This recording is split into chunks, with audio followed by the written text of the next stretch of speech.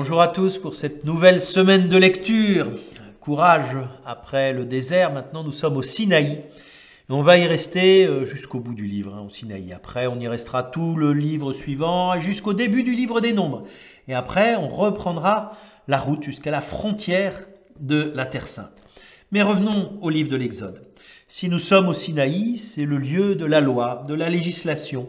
Là où va s'organiser finalement la vie du peuple, ce qui va lui donner aussi une vraie identité. C'est un peuple libéré par le Seigneur, choisi par le Seigneur, et qui en réponse vit la loi donnée par le Seigneur, vit ses commandements comme signe de sa fidélité, comme signe de sa réponse. Donc ces prescriptions, il faut rentrer dedans, il faut prendre le temps aussi de voir ce qu'elles peuvent avoir d'actuel, peut-être aussi de périmé, en tout cas de moins pertinent pour notre période, et puis surtout à la lumière du Nouveau Testament. Mais elles ont toujours quelque chose à nous apprendre. Donc prenons le temps de voir toutes ces prescriptions, tout ce qui peut concerner les cas de litige, par exemple. On voit aussi que dans cette législation, la bienveillance n'est pas exclue. Les prescriptions sur le repos du sabbat, et en particulier les années sabbatiques, où au bout de 6 ans, la terre se repose. Vous voyez, la pratique s'enracine déjà depuis longtemps dans ces dons de la loi du Sinaï. Les grandes fêtes indiquées, la fête des pains sans levain, qui commémore la sortie d'Égypte, la fête de la moisson et la fête de la récolte. On voit que c'était des fêtes agricoles qui commémorent le don de Dieu. Il est beau de faire la fête justement par rapport à ces dons de la création. Alors, ces fêtes, peu à peu, elles ont été associées et bien aussi aux dons que Dieu fait pour la libération. La fête du pain sans levain, elle va être associée à la fête du passage, c'est-à-dire de la libération du passage de la mer Rouge. Il y a la moisson, les récoltes, la prescription aussi qui peut paraître curieuse au verset 19 de ne pas faire cuire le chevreau dans le lait de sa mère. Vous voyez, c'est une prescription aujourd'hui que dans le judaïsme est toujours suivie. On ne mélange pas, en particulier la viande et le fromage, jusqu'à séparer complètement la vaisselle pour ces deux aliments.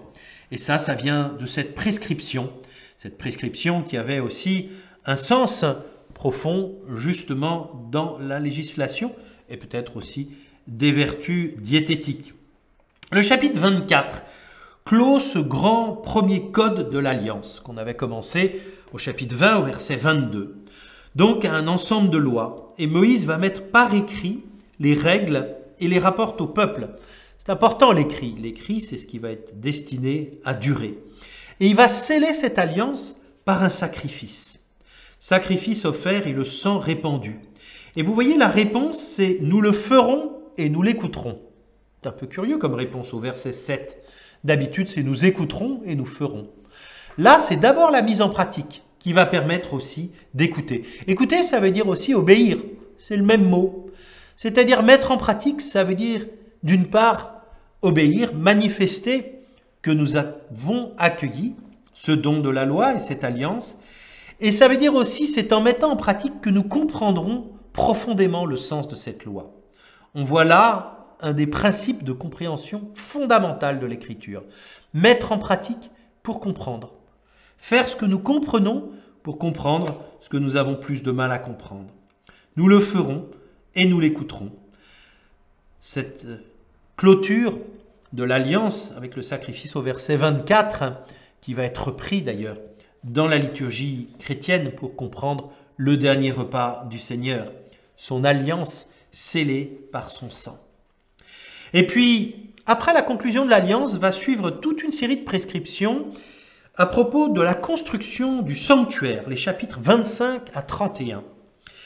Parce que ce sanctuaire, ça va être le lieu où Dieu communie avec son peuple. Dieu se communique aussi à son peuple, le lieu de la rencontre. Dans le désert, c'est un sanctuaire mobile, parce que Dieu suit son peuple. Là encore, ce mouvement, ça veut dire que tout doit être transportable. Et on voit les 3 premiers éléments qui vont être mis en œuvre. D'abord l'arche, cette espèce de coffret de bois recouvert d'or avec les chérubins, des anneaux d'or, des barres d'acacia. Pourquoi? Parce qu'à chaque fois, il va falloir pouvoir transporter l'arche. L'arche, ça sera le lieu dans lequel, le coffre dans lequel seront mis les tables de la loi, et chaque jour un peu de manne. Parce que c'est le signe de la nourriture que Dieu donne à son peuple pour l'accompagner au fur et à mesure. On va voir comment, eh bien, cette arche, d'une certaine manière, elle est la préfiguration de celui qui se donne à son peuple, le Christ Jésus. Le chapitre 26 poursuit avec les descriptions du sanctuaire, après avoir l'arche, après avoir la table des offrandes, après avoir le chandelier, ou menorah, vous savez, ce chandelier à 7 branches qui est devenu un peu le symbole aujourd'hui du pays d'Israël. Et au chapitre 26, donc je poursuis les descriptions du sanctuaire avec les tentures, avec les cadres en bois. Et puis, toutes ces descriptions, alors on peut se demander, mais pourquoi toutes ces descriptions? Justement, peut-être que le sanctuaire, ça va être le lieu de l'œuvre pour Dieu, ce qu'on appelle la liturgie. Or, la liturgie, elle suit des codes précis, et c'est des codes qui sont reçus. Il y a à chaque fois ce petit verset, vous le ferez conforme à ce que vous avez reçu de Dieu d'une certaine manière, c'est-à-dire au modèle divin. Comment cette liturgie, elle doit exprimer, elle doit refléter quelque chose de la présence de Dieu. Voilà en quoi la liturgie, elle est un don à recevoir pour justement mettre en œuvre, à travers des signes, à travers des symboles, à travers toute une codification, et on peut avoir l'impression que c'est très précis, et c'est justement précis pour permettre au peuple cette vraie liberté.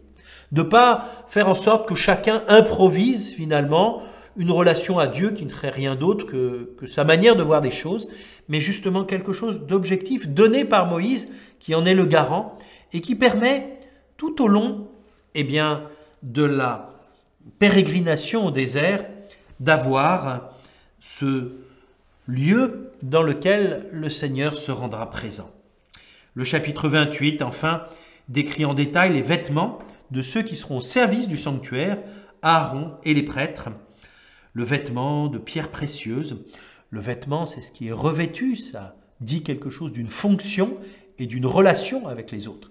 Nous savons bien que quand nous voyons un tel type d'uniforme ou tel type de vêtements, nous avons affaire à un médecin, à un policier, etc., ou à un prêtre qui célèbre, par exemple, la messe. Donc, nous savons aussi que ces descriptions, elles seront faites en détail. Bien sûr, il pourrait y avoir des significations plus spirituelles et les traditions chrétiennes, les pères de l'Église ne manqueront pas d'illustrer toutes ces descriptions pour leur donner aussi une nouvelle signification. Tel n'est pas notre propos aujourd'hui. Pour le moment, découvrons, chapitre après chapitre, tout ce récit, tout ce code, même si c'est parfois, ça nous semble un peu lointain, cherchons pas tout de suite à l'appliquer dans notre vie.